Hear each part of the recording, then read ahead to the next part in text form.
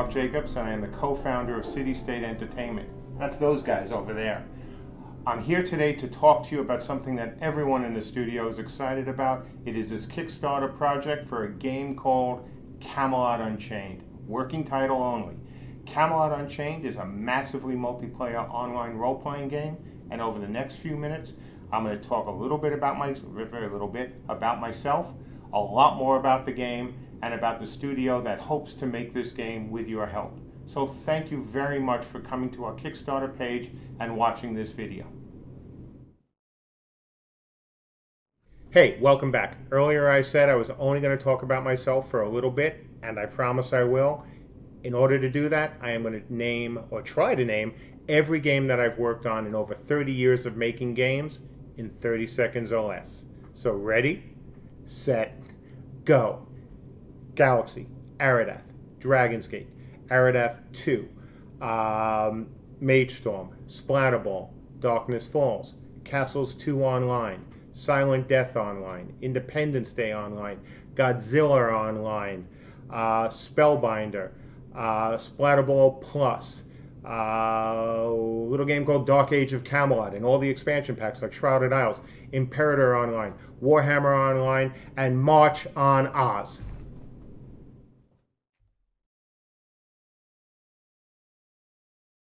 What is Camelot Unchained? Camelot Unchained is a massively multiplayer online role-playing game, but with a twist. It is focused solely on tri-realm combat. Tri-realm is our way of saying realm versus realm, because realm versus realm is a registered trademark of Electronic Arts, all rights reserved. It is a game where 3 realms do battle against each other. The Vikings, the Tuatha De Danann, and the Arthurians. It is a game in which you, the player, help not only build the world, change the world, explore the world, but most importantly, fight each other. I want to talk to you about 3 pillars of gameplay: RVR, crafting, and housing. These are the 3 pillars that Camelot Unchained is based around. RVR. In RVR, you're going to play one of 3 realms, either the Arthurians, the Vikings, or the Tuatha De Danann, also known as the Sidhe. Each one of these realms is locked in a struggle for survival in a world that has been shaken to its core by a near-extinction event, what we're calling the piercing of the veil. Magic and power has poured through the veil once it was pierced, bringing about an extinction-level event on our world. What was left in ruins. Civilizations destroyed. However, this magic that has destroyed the world now brings it back, and that's where those realms have come from. So if you thought that these were just going to be Vikings with the silly pointed helmets and just the big axes, or if you saw Arthurians in a way that has been portrayed in games and books, or if you think that our TDDs, our Tuatha De Danann, are just going to be pointy-headed, sparkly elves, not a chance. New vision, very different, and we hope you'll find it very compelling. This is the world that we are hoping to create for you, and upon this world is where the RVR will happen. Up to now, I've talked to you a little bit about the races of Camelot Unchained and the realms of Camelot Unchained. Now I'm going to talk to you about the classes. The first and most important thing about our class system is that it's going to use a rock, paper, scissors approach. Now, what does that mean to you? It means that the classes in one realm are not identical to the classes in any of the 2 other realms. If we were going to do that, that would be called a mirrored approach. And a lot of games do use it, and frankly have used it successfully, but we prefer to do a more old school approach, where these realms and their classes are not identical. Now at launch. Our plan is to have at least 5 classes at launch, and we will be following a variant on the Holy Trinity. So you will have a tankish class, you will have a healer class, you will have a DPS class, you will also have a crafter class, and a hybrid class. And yes, you will have a pure crafter class. Now, that's what we hope to have at the start.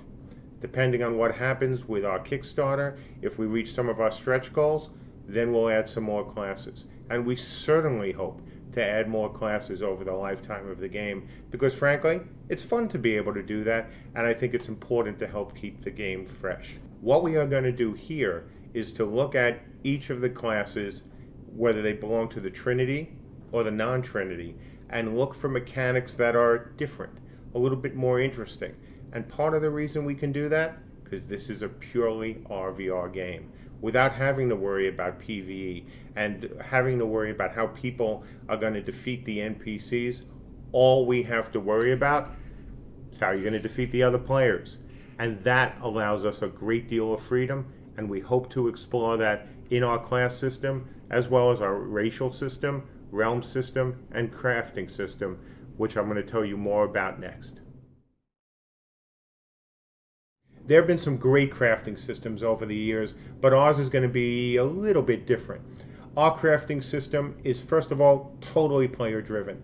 There won't be any loot drops from NPCs. There won't be tokens that you use to buy items. Everything that you can hope to use in the game will be made by a crafter. And even more importantly, our crafters will get into the mix. They will be the guys who will be going out with the RVR players to build turrets, to fortify towers, to build traps, defenses. They will be an integral part of the game and not just an add-on. And the best part, there'll be a crafter-only class. So if that's all you want to do, if all that you care about is crafting, this is going to be the place you want to be. So I've talked to you a little bit so far about two of the three pillars of gameplay. First being RVR, second being crafting, and now I'd like to talk to you about housing. Terrible word. I shouldn't have called it housing. It should be called building, because that's what you're going to be doing. Whether you're a crafter or an RVR player, you will have some ability, some skill to build structures. Now our crafters, they're going to have the most skill. They're not going to be building just houses and safe areas. They're going to be building structures in contested areas. They're going to help build forts. They're going to help build traps. They're going to help build all manner of things that will help you in RVR. You will need them to be involved in RVR. And our RVR players, well, they'll get to build some things as well. Think about what the Roman legions used to do a lot during their, say, downtime. They built roads, they built palisades, they built a whole lot of things. And you guys, you'll have that same ability as well. Folks, thank you all very much for listening to our presentation. Before I let you go, there are a couple things I need to say to you. First, Kickstarter, crowdfunding, obviously, fabulous platforms. These things have the chance to revolutionize the game industry. We've had some fantastic, successes here. Speaking as a developer, from companies like Obsidian, In Exile, Richard Garria's project is now funded. It's all fabulous, and I couldn't be happier to see these other developers succeed. However, I want to do even more. We know we're asking for a lot of money. $2 million isn't the biggest ask in Kickstarter history, but it is a big ask. If we are going to ask you for so much money, then I need to do something even more special than we already have. You've seen our pledge tiers. If you've read everything that I've posted, or frankly almost anything that I posted regarding them, you know how I wanted to make them generous. I think that's the least I can do. But I do know I can do more, and here's where that comes in. I'm going to make you two promises. Promise number one, not a single penny that comes from this Kickstarter is going to go to pay my salary or bonuses or perks. Nothing. I have no right to take that money. I want your money to go into making a great game and not to go to pay my salary. I can afford to do that, and I am. That's promise number one. Promise number two, whether we raise $2 million, $3 million, or $2.1 million, I am going to put in some more of my own money. I'm going to put in $2 million regardless of what we raise. So if we raise more, I still put in $2 million. If we raise $2 million, I again put in $2 million. No matter what, my skin in the game equals at least $2 million. I've also raised another $1 million. So when this Kickstarter funds, the moment it funds, we will have a budget of at least $5 million. Now, I hope you'll do more, because if you can contribute more, we'll go even further with this game, as I'll detail in our stretch goals. And I think you're going to find some of them quite exciting.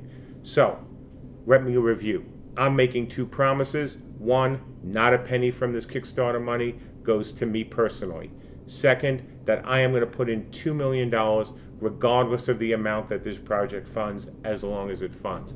If you've listened to me over the years in the occasional podcast, or if you read some of my, well, kind of frequent forum posts, you know that I rarely make promises. And I've made those promises to every one of our Kickstarter backers, and I will stick to them, as I always stick to my promises.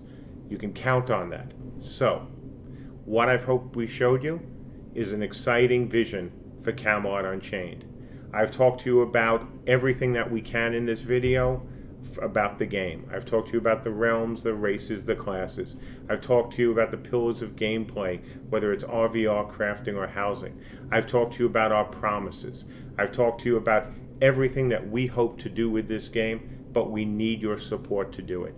If this project funds, we will make this game. If the project doesn't fund, it will not be made. Not by us, not now. And the reason, as I've detailed in other places, is that this is a niche game. It's a bit of a risky game. It's a game that we need to see the support from the community. And as I've told you, we will return that support in terms of monetary promises as well as actual development funding. If that's good enough for you to contribute, we really appreciate it. If it isn't, we understand. Hopefully, you will back this project. No matter what, once again, I thank you, and everyone at CSE thanks you for your interest in this and hopefully your support. Thank you very much.